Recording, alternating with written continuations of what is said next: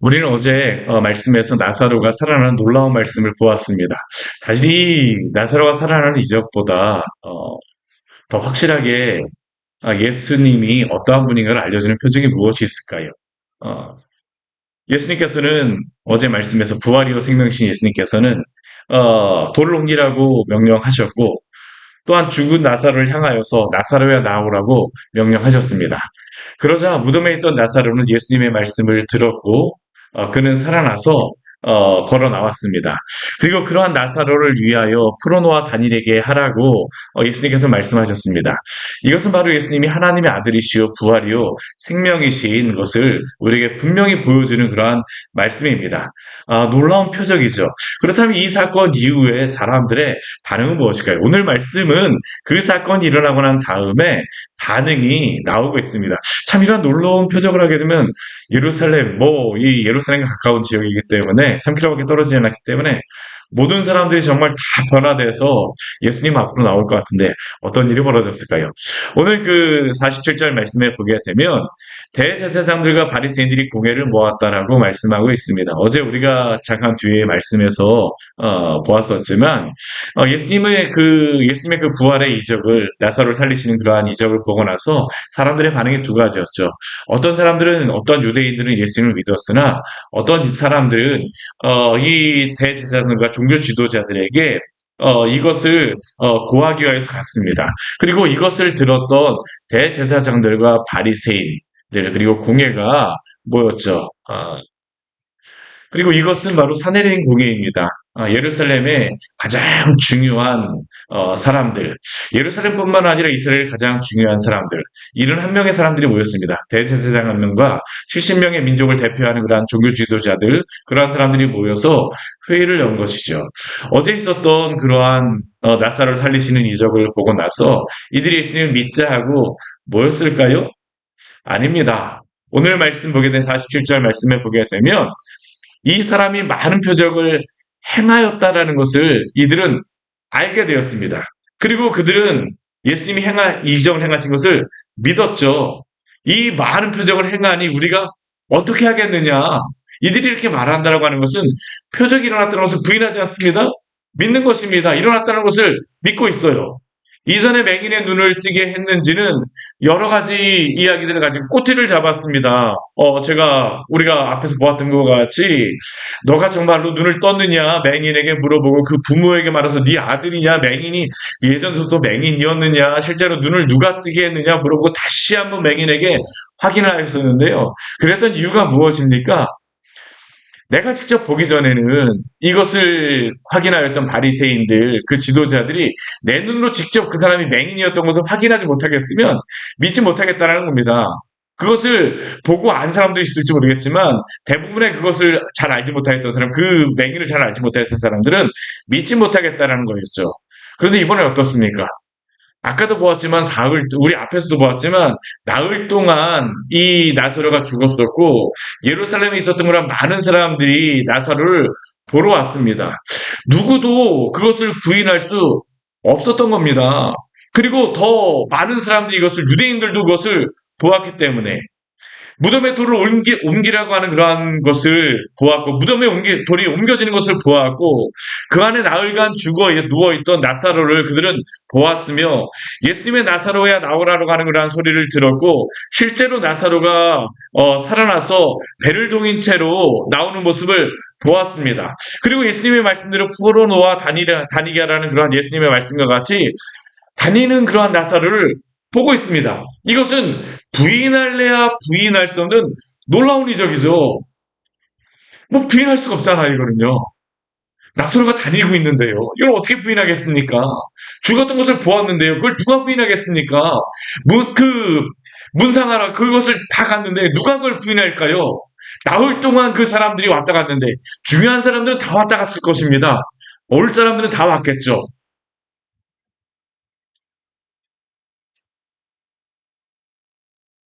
놀라운 이적입니다.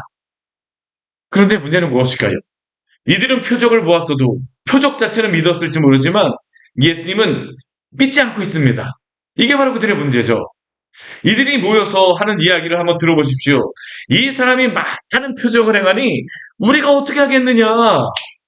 이 사람이 이 많은 표적을 행하니 우리가 어떻게 하겠느냐?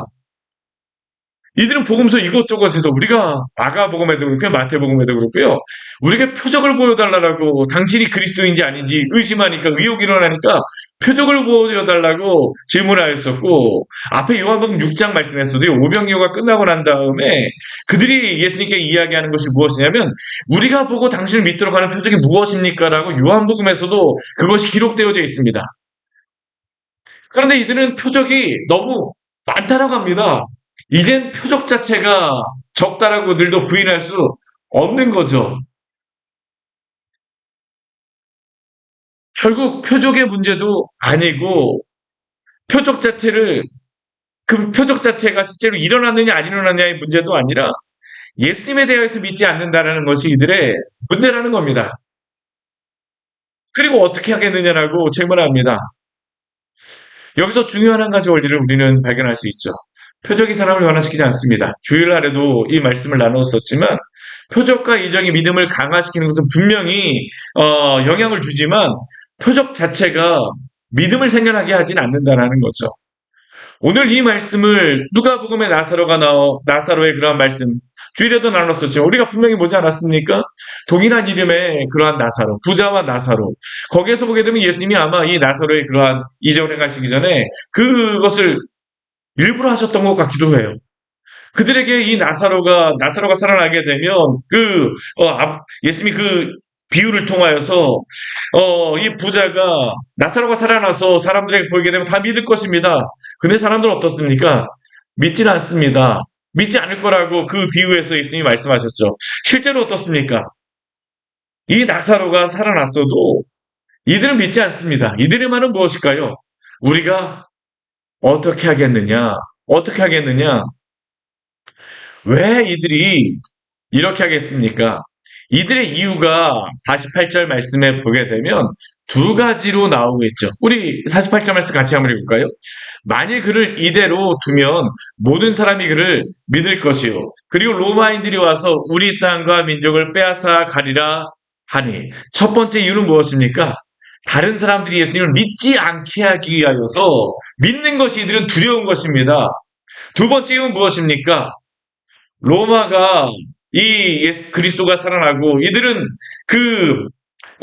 많은 사람들은 예수님이 갈릴리에서는 예수님이 종교적인 그러한 그리스도보다는 십자가에 달리신 그러한 그리스도보다는 제자들도 그 그리스도보다는 정치적인 그리스도를 원했으면 다윗과 같이.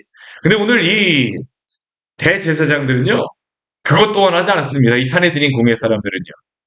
로마인들이 와서 우리 땅과 민족을 빼앗아 가면 어떡하겠느냐. 사실 그런데 이것은 무엇에 대한 걱정일까요? 자기 살풍기하는 것입니다. 이들은 자신들이 그 종교 지도자로서 그런 역할들을 끝까지 그 기득권을 누리고 싶은데 예수가 그리스도라고 하면서 자신들이 그 기득권을 빼앗길 것을 두려워하고요. 심지어 로마 사람들이 와서 자신들이 그 성전에 사였던 것을 이게 만약 정치적인 문제가 되어서 그 자신들의 그러한 그 성전에서 그러한 기득권들을 빼앗기면 어떻게 할까? 결국 이들의 문제는 무엇입니까? 이 대제사장들 결국은 본질적으로 들어가니까요. 자신들에 대한 개인적인 이득 때문에 이들을 행하고 있는 사람들입니다. 결국 예수님보다 세상을 더욱 사랑하기 때문에 예수님이 아무리 표적을 보여준다 할지라도요. 이들은 예수님을 믿을 생각이 없습니다. 세상이 예수님보다 더욱 중요하죠. 하나님보다 이들은 세상이 더욱더 중요한 사람들입니다. 이들에게 하나님은 무엇일까요? 이 세상입니다. 이 세상이에요. 대제사장 이후 그러한 모습을 가지고 있을지 모르겠지만 이들은 철저하게 자신의 관점에서 그러한 일들을 판단하고 있죠. 예수님을 믿지를 않습니다. 그래서 그들이 내리는 결론은 무엇일까요? 오늘 49절과 50절 말씀해 보게 되면 대제사장 가야바가 이들에게 하는 이야기가 있습니다. 뭐라고 이야기합니까? 우리 49절 뒤에 말씀해 보게 되면 대제사장 가야바가 너희가 아무것도 알지 못한다라고 이야기합니다. 50절 우리 그가 이야기했던 이야기 우리 같이 한번 읽어볼까요? 한 사람이 백성을 위하여 죽어서 온 민족이 망하지 않게 되는 것이 너에게 유익한 줄을 생각하지 아니하리온도다 하였으니. 그가 이렇게 말하는 이유는 무엇이겠습니까? 너희가 그리스도에 대해서 이렇게 걱정할 필요가 없다라는 겁니다. 우리가 죽이자라고 하는 게 이 대제사장 가야바 마음속에서는 이미 일어나고 있는 그러한 생각이 있죠. 그를 죽이면 되잖아. 그런데 사실 이것을 이렇게 생각하고 말하게 하셨던 분은 그런데 누굴까요? 하나님이십니다. 오늘 51절과 52절 말씀에서 그것을 우리에게 말씀하고 있죠. 같이 읽겠습니다. 이 말은 스스로함이 아니요 그의 대제사장이므로 예수께서 그 민족을 위하시고 또 그 민족만 위할 뿐 아니라 흩어진 하나님의 자녀를 모아 하나가 되게 하기 위하여 죽으실 것을 미리 말하함이로라. 우리 50절과 이 52절까지의 말씀을 보면서 고민할 필요가 없습니다. 저는 예전에 이 말씀을 보면서 아니 가야바가 이렇게 이야기하게 되면 하나님의 그런 51절과 52절 말씀을 보게 하나님의 그 말씀을 예언한 것이 아닌가? 그런 생각도 들고 한편에서는 또 이 사람은 살리고 싶은 마음이 없거든요. 그렇잖아요. 이 의도를 보게 되면 사실 예수님을 살리고 뭐 예수님을 죽이고 싶은 마음이 이 사람 마음에는 가득히 있습니다. 근데 우리가 성경을 보게 되면요. 우리 민수기 말씀에 보게 되면 발람 같은 경우 어떻습니까? 분명히 거짓 선지자임에도 불구하고요. 이스라엘 민족을 위하여서 예언합니다. 사울 같은 경우도 어떻습니까? 예언하였다는 그런 이야기가 있어요. 성령의 감동됨으로 말하면 예언하였다는 그런 이야기가 있습니다. 하나님께서 대제사장 가야바를 통해서 하물며 이 사람들도 이야기했는데 어차피 아무리 이 사람이 예수님을 미워한다 할지라도 하나님이 세우셨던 그 대제사장이었기 때문에 이 사람을 통하여서 예수 그리스도의 죽으심에 대하여 예언하는 것이 이상하지 않습니다. 그리고 설령 그가 예수님을 죽이려고 말하였다 할지라도 하나님의 뜻은 무엇일까요? 그를 통하여서 예수 그리스도가 어떤 일이 일어날 것인가를 또한 말씀하여 주시는 것입니다. 사실 이 대제사장 가야바는 어떠한 마음이 있습니까? 이 사람들은 예수님을 십자가에 못 박아 죽이고자 합니다. 돌을 쳐 죽이고자 했지만 예전에 앞에 말씀을 보게 되면 돌을 쳐서 죽이려고 했지만 그 사람들은 돌을 치지 않았어요. 왜 돌을 치지 않았을까요? 죽일 수 있는 마음도 있고 죽이고자 했지만 죽이지 않았습니다. 그들의 마음속에는 은근하게 어떠한 생각이 있었을 것이냐 하면 예수님을 십자가에 못 박아 죽이고자 하는 그러한 계획들이 이미 있었던 것입니다. 그런 생각들이 있어요. 왜 그럴까요? 십자가에 못 박아 죽인다라고 하는 것은 신명기 말씀에 보게 되면 나무에 달린 자는 어떻다고요? 하나님께 저주를 받은 자라는 겁니다. 이 대제사장 가야바와 이 사람들은 은연중에 그러한 생각들을 하였겠죠. 예수를 그냥 죽이는 것이 아니라 십자가에 못 박아 죽여야 되겠다. 왜요? 하나님께 저주를 받아 죽게 하기 위함입니다. 근데 하나님의 계획은 무엇일까요? 예수님을 하나님께 저주받은 그러한 존재로 만들고자 합니다. 왜요? 우리 대신 하나님께 저주를 받으심으로 말미암아 우리의 죄가 예수 그리스도를 통하여 속죄함을 받게 된 줄 믿으시기를 바랍니다. 이중적인 의미가 있는 것이죠. 인간의 그러한 죄악의 그러한 모습이라 할지라도 하나님은 그러한 의도로 할지라도 하나님은 당신의 뜻을 오늘도 이루어 가심을 믿으시기를 바랍니다. 예수 그리스도는 왜 이 땅에 오셨을까요? 우리의 죄를 대속하시게 하여서 대리 속죄를 하시게 하여서 이 땅에 오신 것입니다. 오늘 52절 말씀이 얼마나 은혜롭습니까? 그 민족만 위할 뿐 아니라 누구도 위하였어요? 흩어진 하나님의 자녀를 모아 하나가 되게 하기 위하여. 유대인이나 헬라이나 모두 그리스도 안에서 하나님의 한 교회요, 한 지체가 되게 하신 줄 믿으십시오. 이미 이 놀라운 은혜의 말씀 우리에게 말씀하여 주셨습니다.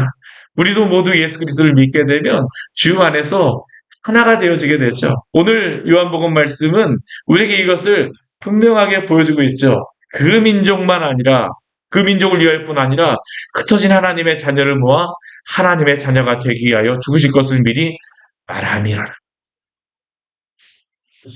나사로는 예수님이 살리셨지만 그러나 우리가 지금 제가 이스라엘 가서 확인했던 것은 무엇이냐면요. 나사로의 무덤이 있습니다. 나사로의 그런 무덤이 있어요. 그것은 무엇을 이야기합니까? 나사로가 죽었다는 겁니다. 비록 그가 한번 살아났을지 모르지만 나사로가 오늘까지도 살아있을까요? 아닙니다. 그렇지 않습니다. 나사로는 죽었습니다. 그러나 나는 부활이요 생명이니 나를 믿는 자는 죽어도 살겠고 무릇 살아서 나를 믿는 자는 영원히 죽지 아니하리니 이것을 내가 믿는 자라고 말씀하셨던 예수님의 말씀과 같이 그리스도를 믿는 자에게 영원한 생명을 오늘도 허락하시는 줄 믿으시기를 바랍니다. 놀라운 그러한 은혜의 말씀이죠. 그런데 이제 이 일이 있고 나서 53절 이후의 말씀을 보게 되면요. 이들의 계획이 있습니다. 어떠한 계획이 있습니까? 이 날부터 그들이 예수를 죽이려고 모의하였다라고 이야기를 합니다. 참 안타깝지 않습니까? 예수님이 놀라운 표적을 보여주셨음에도 불구하고요. 이들은 예수님을 믿겠다가 아니라 이 날부터 그들이 예수를 죽이려고 모의하였다라고 이야기합니다. 참 안타까운 그러한 일들이죠. 오늘도 저는 이 세상에서 이러한 일들이 일어나고 있다고 생각을 합니다. 오늘도 복음이 전파되어질 때마다 어떤 사람들은 예수님을 믿지만 어떤 사람들은 그 마음이 더욱더 완악해지기도 해요. 그러나 우리는 그것에 대해서 뭐라고 이야기를 할 수는 없습니다. 하나님의 그러한 섭리 가운데 있는 것이기 때문이죠. 그러나 그 하나님의 계획 가운데는 오늘도 하나님이 또한 택하실 자들을 구원하실 것들을 믿고 또 우리는 오늘 우리에게 주신 그러한 복음의 진리를 따라서 또한 복음을 전하는 그러한 전파자들로서 또한 복음의 통로로서 살아가기를 원합니다. 오늘 예수님께서도 어떠십니까? 이러한 것들을 분명히 아셨습니다. 그렇기 때문에 54절 말씀에 보게 되면요. 그러므로 예수께서 다시 유대인 가운데 드러나게 다니지 아니하셨다라고 합니다. 왜 그렇습니까? 알고 계셨기 때문이죠. 그래서 빈들 가까운 곳이 광야 가까운 곳인 에브라임에 가셔서 머무르셨다라고 해요. 왜 그렇습니까? 예수님은 6월절 어린 양으로 십자가에 달리시기 위함이죠. 두려워서 숨으신 것이 아닙니다. 예수님이 끝까지 하나님의 말씀에 순종하시는 것입니다. 그리고 55절 이후의 말씀에 보게 되면 이제 유대인의 6월절이 다가왔다라고 이야기를 하고 이 사람들은 어떻습니까? 눈에 불을 켜고 다니죠. 56절 말씀에 보면 그가 어떠하냐 명제로 오지 않겠느냐 누구든지 예수가 있는 곳을 알거든 신고하여 잡게 하라고 명령을 합니다. 그러나 이러한 것들 가운데서도 하나님은 당신의 그러한 사랑하는 아들을 통하여서 우리에게 그 놀라운 구속 사역을 베풀어 주심으로 말미암아 우리를 구원하신 줄 믿으십시오. 이게 바로 오늘 우리에게 주시는 놀라운 은혜죠. 오늘 요한복음 50, 우리 11장의 말씀을 보았습니다. 부활이요 생명이신 예수 그리스도. 정말로 예수 그리스도의 그 부활의 능력이 우리 안에 항상 거함으로 말미암아 주 안에서 오늘도 힘있는 복음 전파자들로서 살아가시기를 축원합니다. 같이 기도하도록 하겠습니다. 하나님 아버지 오늘 말씀을 통하여서 우리에게 귀한 은혜를 주니 감사를 드립니다. 나는 부활이요 생명이니 나를 믿는 자는 영원히 살게 주님께서 이렇게 놀라운 약속의 말씀을 주셨음에도 불구하고 사람들은 이 말씀을 읽지 않습니다. 더군다나 표적을 행하심으로 나사로가 살아나는 것을 보았음에도 불구하고 이들은 표적을 믿었음에도 불구하고 예수님을 믿지 않습니다. 주님, 이 완악한 사람들의 모습과 같이 또한 이 시대 가운데서도 그 마음이 냉랭하여 주님을 알지 못하는 그런 많은 사람들이 있습니다. 주님, 그 영혼들을 불쌍히 여겨주시고 또한 우리에게 그리스도를 아는 지식을 주셨사오니 이 지혜를 주셨사오니 또한 이 복음의 진리를 우리로 하여금 알고 믿게 하여 주셨사오니 또한 우리가 이 복음의 진리를 가지고 세상 나가서 주님 전파할 수 있는 귀한 복음의 통로로 우리를 삼아 주시옵소서. 세상과 나는 간곳 없고 구속한 주만 볼 수 있는 귀한 오늘 하루 되기를 원합니다. 주여 우리 함께하여 주십시오. 예수님 이름으로 기도드립니다. 아멘. 오늘 말씀 같이 기억하시면서 기도하며 나가도록 하겠습니다.